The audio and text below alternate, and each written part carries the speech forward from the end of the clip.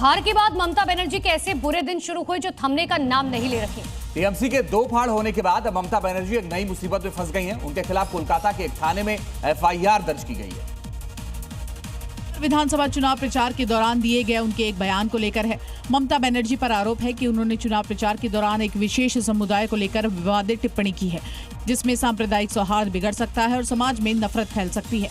वहीं दूसरा झटका देते हुए सीएम शुभेंदु अधिकारी ने ममता बनर्जी के करीबी एक विज्ञापन एजेंसी के खिलाफ मनी लॉन्ड्रिंग मामले की जांच के आदेश दिए हैं। इससे पहले ममता बनर्जी को झटका देते हुए दिल्ली में टीएमसी ऑफिस पर ताला लगा दिया गया था। उनके और अभिषेक बनर्जी के पोस्टर को हटा दिया गया था। और बड़ी खबर यह है कि टीएमसी विधायक कुणाल घोष को समन भेजा गया है। सीआईडी ने कुणाल घोष को समन भेजा है। फर्जी हस्ताक्षर मामले में पूछताछ की जाएगी कुणाल घोष से और सीआईडी ने 14 जून को पेश होने को उन्हें कहा है। तो बड़ी खबर इस वक्त की आपको बता रहे हैं, एक तरफ सीआईडी लगातार अभिषेक बनर्जी से इस मामले में पूछताछ करे, दूसरी तरफ फर्जी हस्ताक्षर मामले में कुणाल घोष को समन भेजा गया है।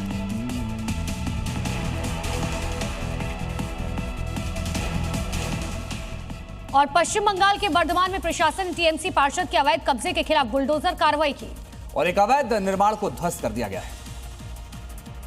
पश्चिम बंगाल में जब से शुभेंदु अधिकारी ने सीएम पद की कुर्सी संभाली, उसके बाद से ताबड़तोड़ बुलडोजर एक्शन जारी है। अवैध कब्जा और अपराधियों के ठिकानों पर लगातार बुलडोजर का पीला पंजा चल रहा है। एक बार फिर से बर्धमान के बाजी प्रतापपुर इलाके में अतिक्रमण के खिलाफ प्रशासन ने बड़ी बुलडोजर कार्रवाई की है और एक अवैध निर्माण को गिरा दिया है। कार्रवाई के दौरान सुरक्षा के लिए भारी संख्या में पुलिस की तैनाती की गई थी।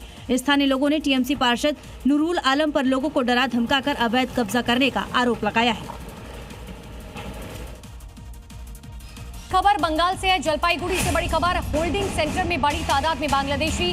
राजबाड़ी पाड़ा होल्डिंग सेंटर में 21 बांग्लादेशियों को रखा गया। फाटापुकुर होल्डिंग सेंटर में 26 बांग्लादेशियों को रखा गया है और बड़ी तादाद में यहां अलग अलग सेंटरों में बांग्लादेशी रखे गए।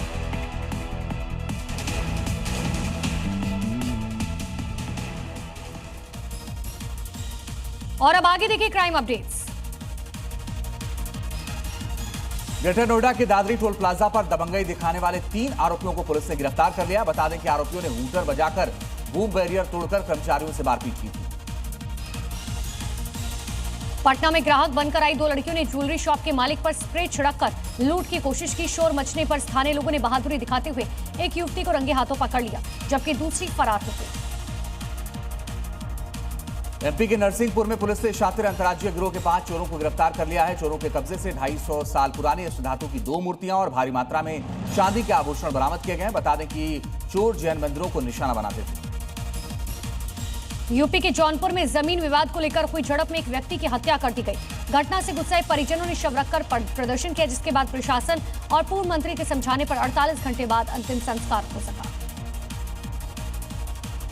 बिहार के समस्तीपुर में कालाबाजारी और अवैध वसूली की शिकायतों पर प्रशासन ने बड़ी कार्रवाई की है। टीम ने एक निजी गैस एजेंसी को सील कर दिया है। छापेमारी में 73 उपभोक्ता कार्ड भी जब्त किए गए हैं। और बड़ी खबर आपको बता दें, टीएमसी के बागियों का फाइनल फैसला जल्द होगा। रविवार को दिल्ली में सीएम शुभेंदु से मीटिंग होनी है। दिल्ली आएंगे पश्चिम बंगाल के मुख्यमंत्री शुभेंदु अधिकारी। बागियों के साथ बैठक करेंगे दिल्ली में। मीटिंग के बाद लोकसभा स्पीकर से मुलाकात भी संभव है। टीएमसी के बागी स्पीकर को अपना फैसला बताएंगे और वो पहले ही अलग बैठने को लेकर के चिट्ठी लिख चुके हैं।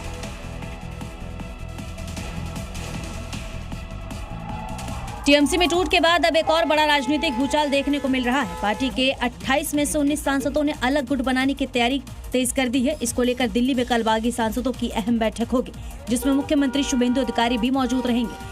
इसके बाद सोमवार को सभी 19 सांसद लोकसभा स्पीकर ओम बिरला से मुलाकात कर अलग गुट को मान्यता देने की मांग करेंगे।